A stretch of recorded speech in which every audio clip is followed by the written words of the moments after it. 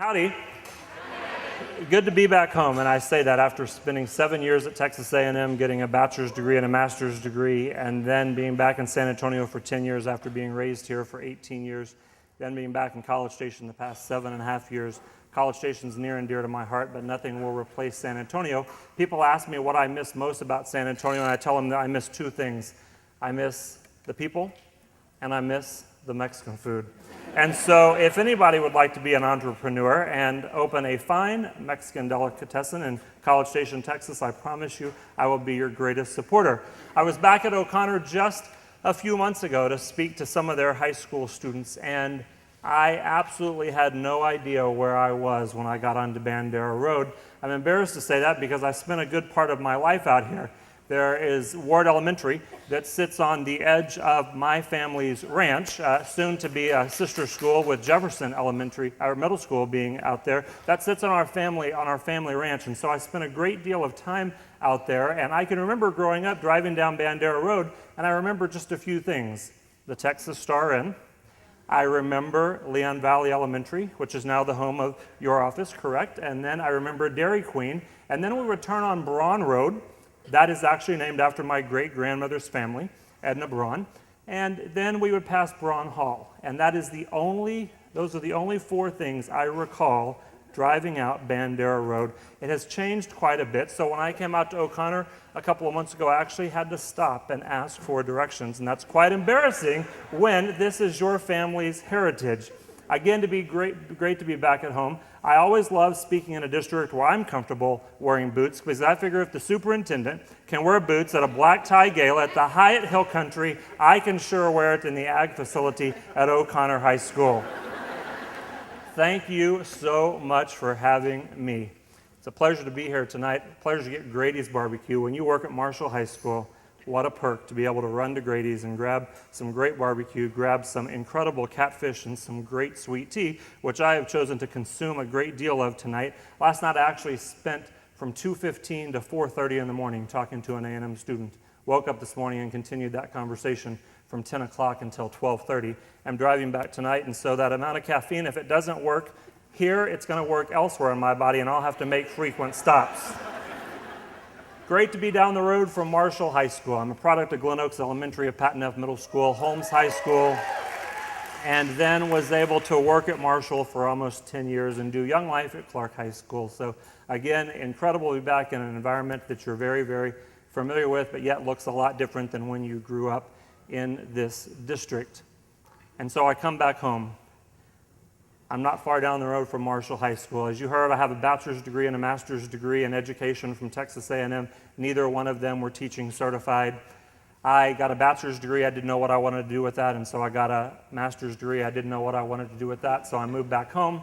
And Patty Hill, the current principal of Warren High School, was an assistant principal at Marshall. She said, "Cliff, have you ever thought about going back into the classroom?" And I said, "I have, Patty, but I said I'm not certified through the bachelor's or the master's and don't want to go back for 18 more hours of school." And she said, "Well, have you thought about being a substitute teacher?" Absolutely not. I had never thought about being a substitute teacher. I said, "Well, Patty, what would the perks of that be?" I said, "How much do you make?" At that time, it was $48 a day.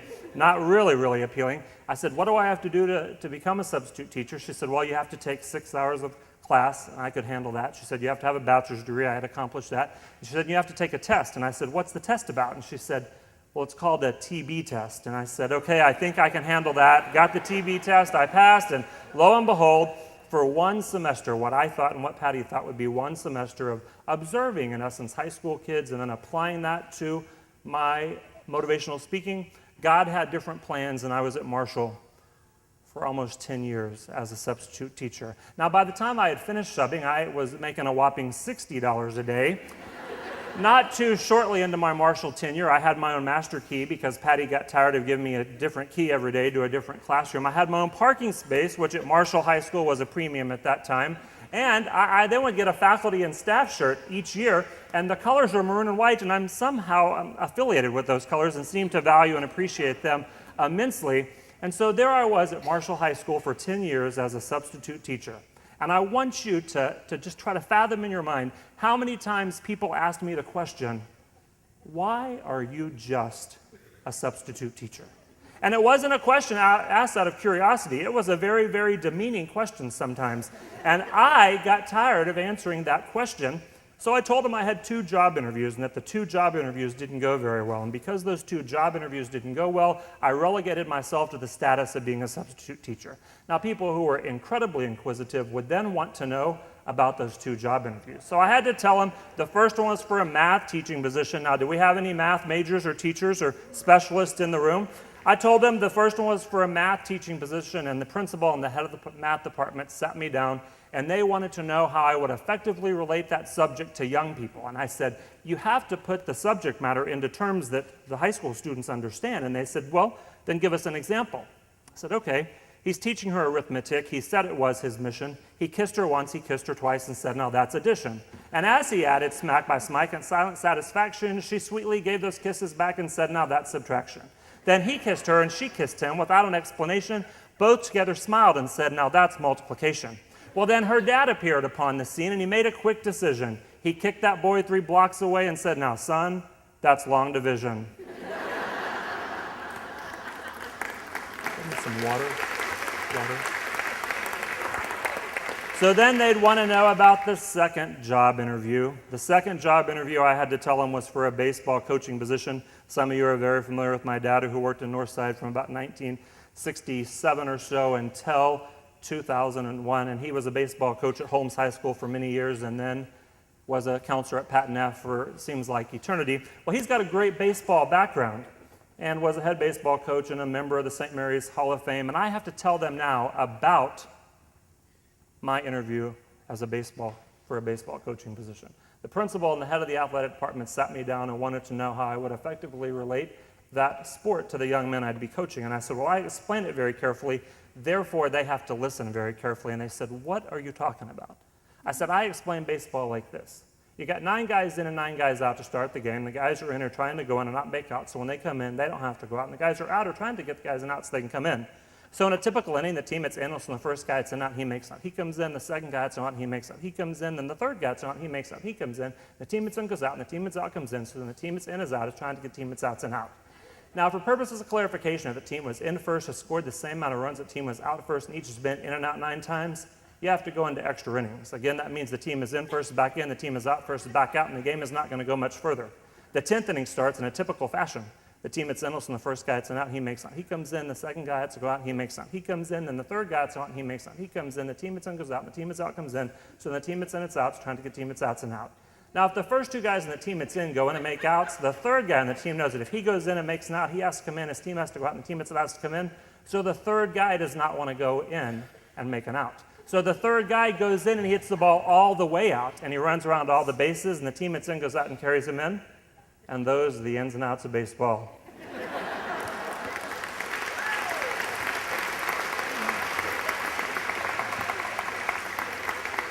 And I told him I didn't get that job either.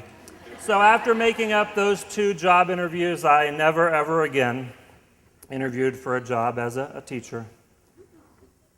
And I spent 10 years as a substitute teacher at a phenomenal institution working under Mike Watts and Johnny Bordano. And Mike calls me into the office one day and he says, Cliff, we have a huge problem. He said, we have a teacher who needs to leave. His mother's very sick. He needs to fly to Chicago. He'll be out the rest of the semester. We need you to take over his classes. And I said, who's the teacher? And he told me, and I said, well, Mike, do you realize what Larry teaches? And Mike said, Cliff, I know very well what Larry teaches. He teaches 5 periods of senior English. And he said, I know you don't have a problem with that. He said, you spend a lot of time in the English department. And I said, Mike, it's not the subject matter that I have a problem with. It's the timing.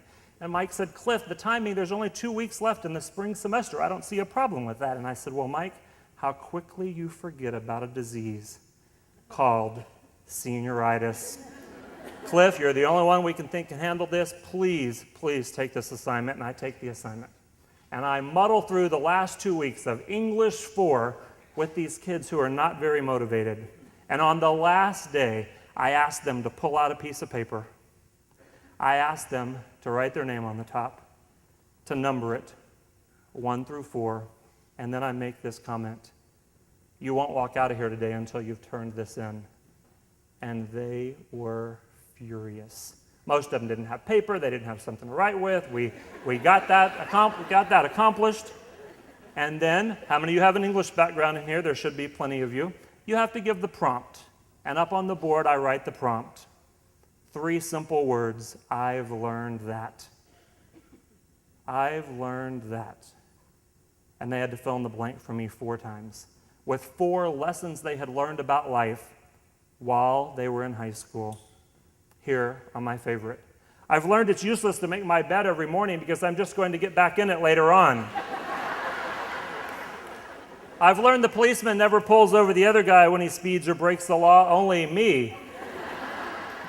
I've learned you can never get away with things even when your parents are out of town. I've learned a man is a man all of his life, but a woman is only sexy until she becomes a wife.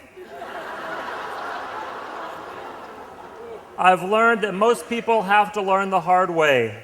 I've learned that God is always there even when you're not. I've learned you always want the things you cannot have, and once you get them, they're not so great. I've learned to never put myself in a situation where I wonder what could have been. I've learned never to be homesick on the day the research paper is due. I've learned every time my little brother does the laundry, my black clothes turn white and my white clothes turn pink. I've learned that life is full of disappointments, but everyone must experience bad times in order to experience the good. I've learned that no matter how dark it gets, there's always a light somewhere. I've learned that when I look my worst, I always see someone I know. I've learned how to cram for a test and pull off an F. I've learned when men are not hungry, tired, or stressed, they are great people to be around. I've learned that maturity is based on the way you handle immature situations.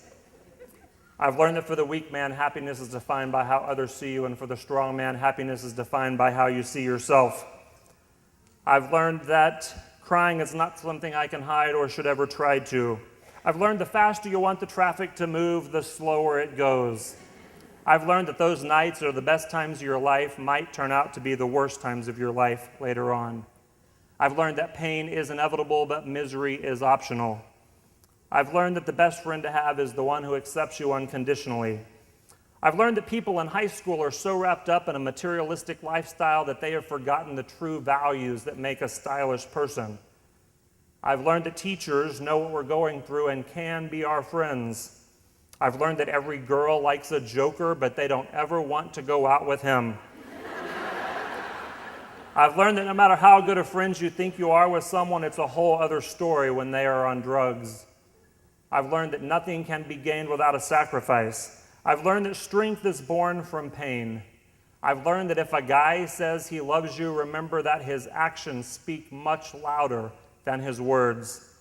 I've learned I can get away with almost anything with my mom, but nothing with my dad.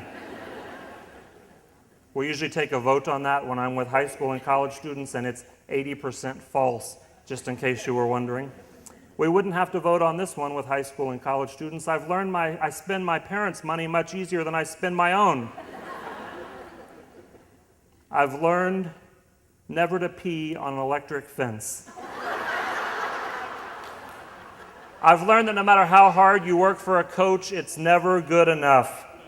I've learned that when in a position of leadership, never let your head get bigger than your heart. I've learned not to trade what you want for what you want that moment. I've learned you should never let anything, not even your girlfriend, come between you and your best friend.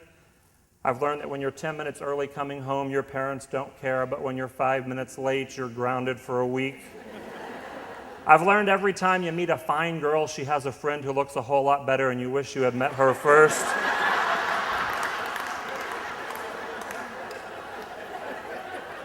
I've learned that if she says she's 18 and she looks 18, she's probably 12. I've learned to ask God for only 3 things: His guidance, the courage to do His will, and forgiveness when I don't. They asked me to write my own, and I thought that was fair, and I came up with this. I've learned that the size of your biceps, your tires, your stereo, or your car engine has absolutely nothing to do with your popularity or your success after high school. And finally, I've learned you don't know what you've got until it's gone. And all of those but one, written by Marshall High School students in an exercise that absolutely infuriated them. when it was given. And what it reiterated to me over and over and over again was just how much they were learning about life between the ages of 15 and 18. So I want to share with you why I really was a substitute teacher for 10 years at Marshall High School.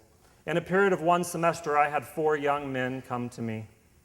Young men, either at Marshall or Clark, where I was doing Young Life, who needed someone to listen to. The first one came to me. He thought his girlfriend was anorexic because she had dropped to 98 pounds. He approached her parents, her father being a medical doctor.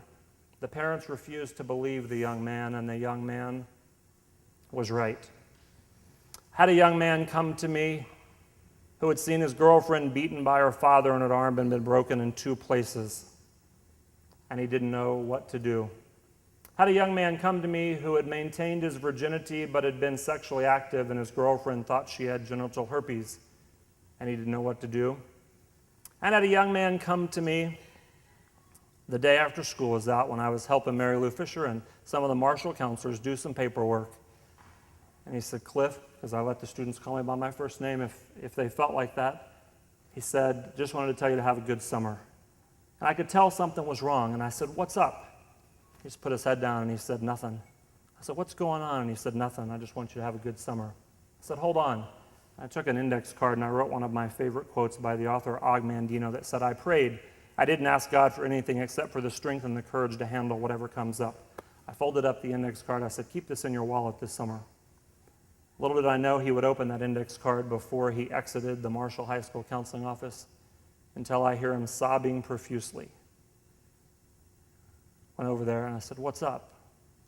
Took him a while to regain his composure, and he said, Cliff, next year is the biggest year of my career. I've got schools from all over the South looking at me for football. And I said, I understand that. I said, I'm excited for you. I said, does that worry you? And he said, that's not what worries me. He said, in about a month, I'm going to become a father. And he said, Cliff, I don't have the nerve to go and tell our head coach, David Vizentine at that time, how badly I have screwed up. And we headed off campus and talked for a couple hours at Tio's Mexican restaurant. And in one semester, those 4 scenarios crossed my path.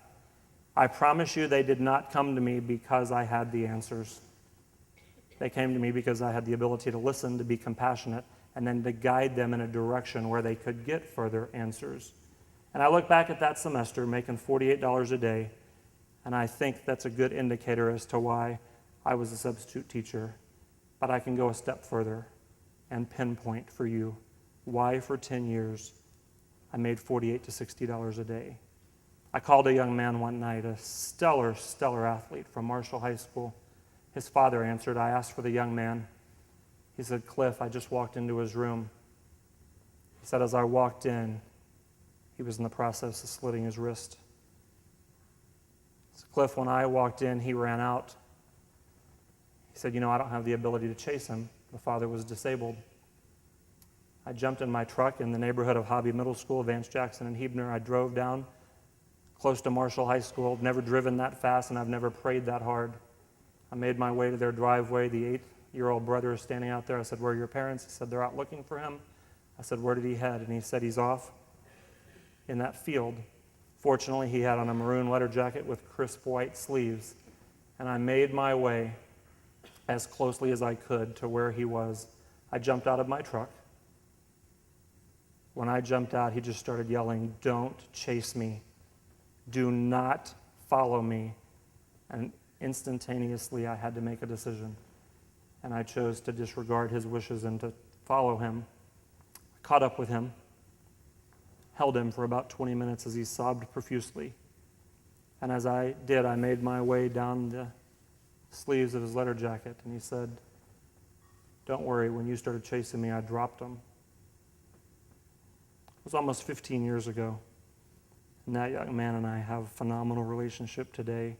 He's got a great job, he's got a wife, he's got a son, and I promise you, for 10 years, I was a substitute teacher at Marshall High School, making $48 to $60 a day for one person.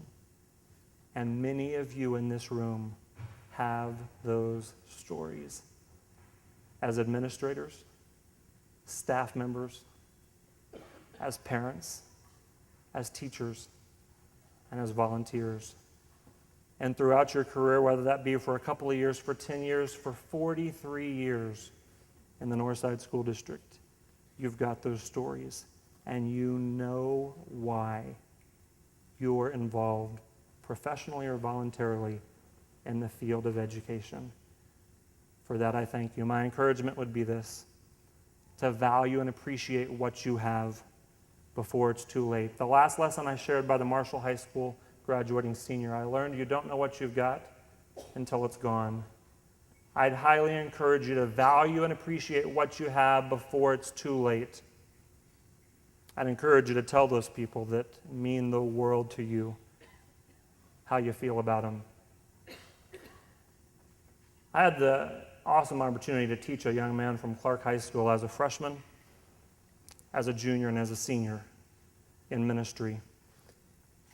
Superstar football player at Clark High School who ended up embarking for his freshman career at Texas A&M University.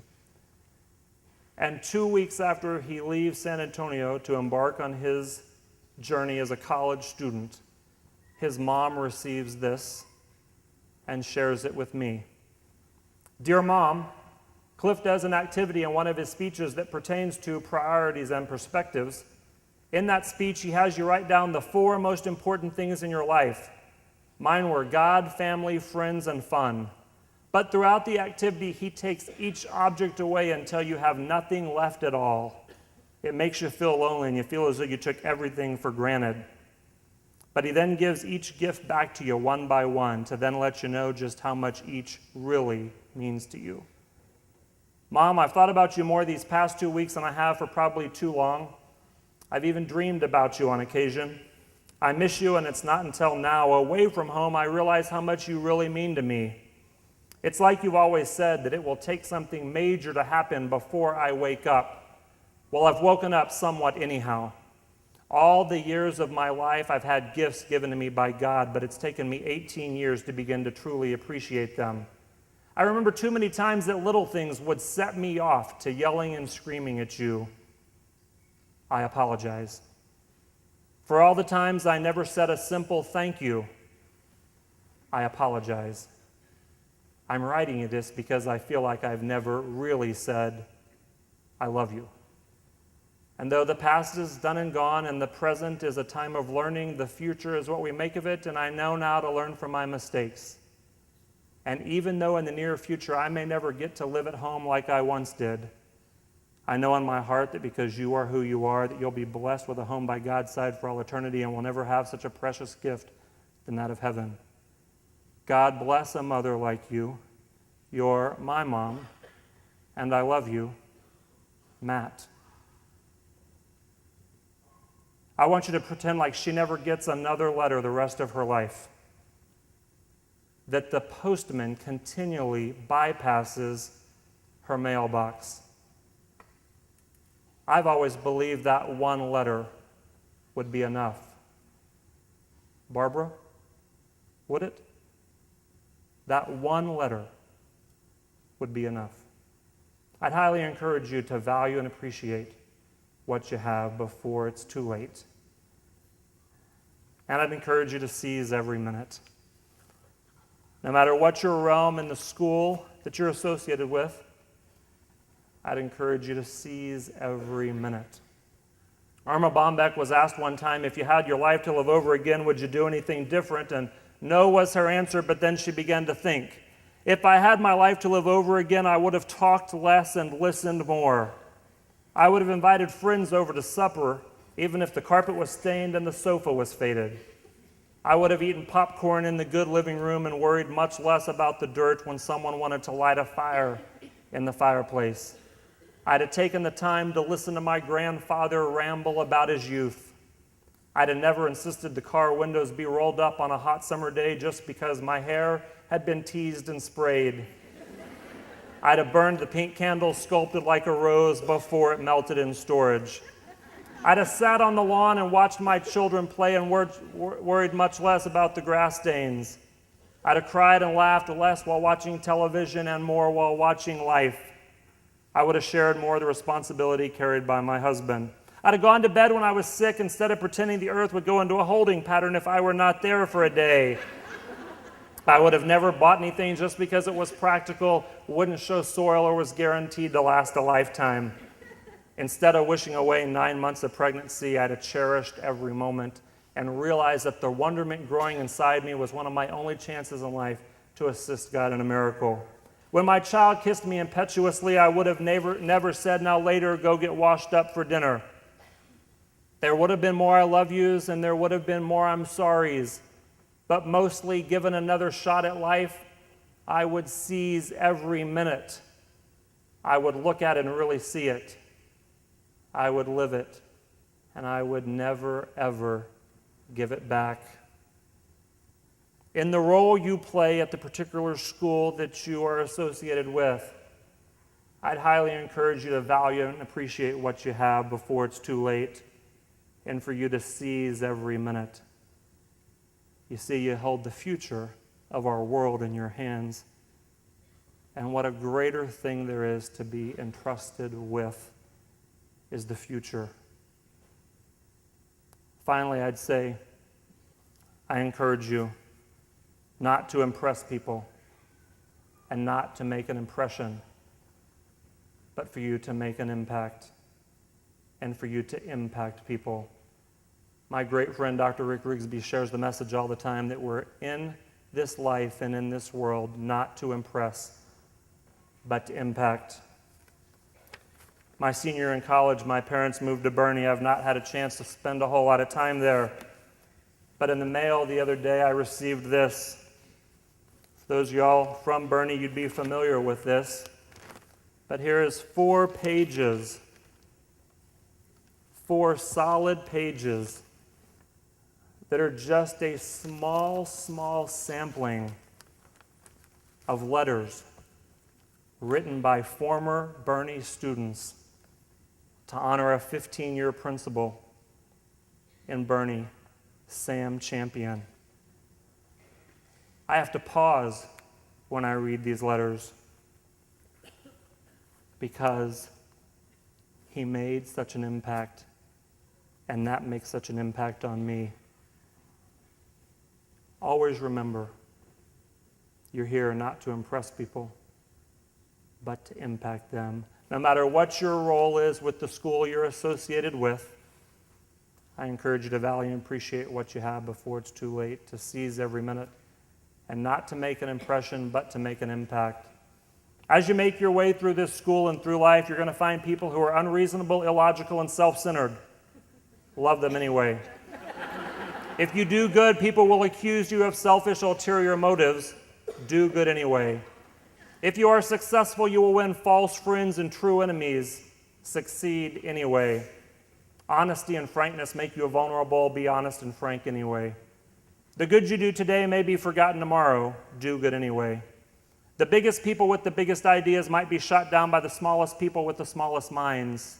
Think big anyway. People favor underdogs, but they only follow top dogs. Fight for some underdogs anyway. What you spent years building may be destroyed overnight. Build anyway. And give the world the best you've got, and you'll get kicked in the teeth. Give the world, give the students, give the school you're associated with the best you've got anyway. You've been entrusted with a gift that is irreplaceable. Thank you for what you do to nurture that precious gift. God bless you.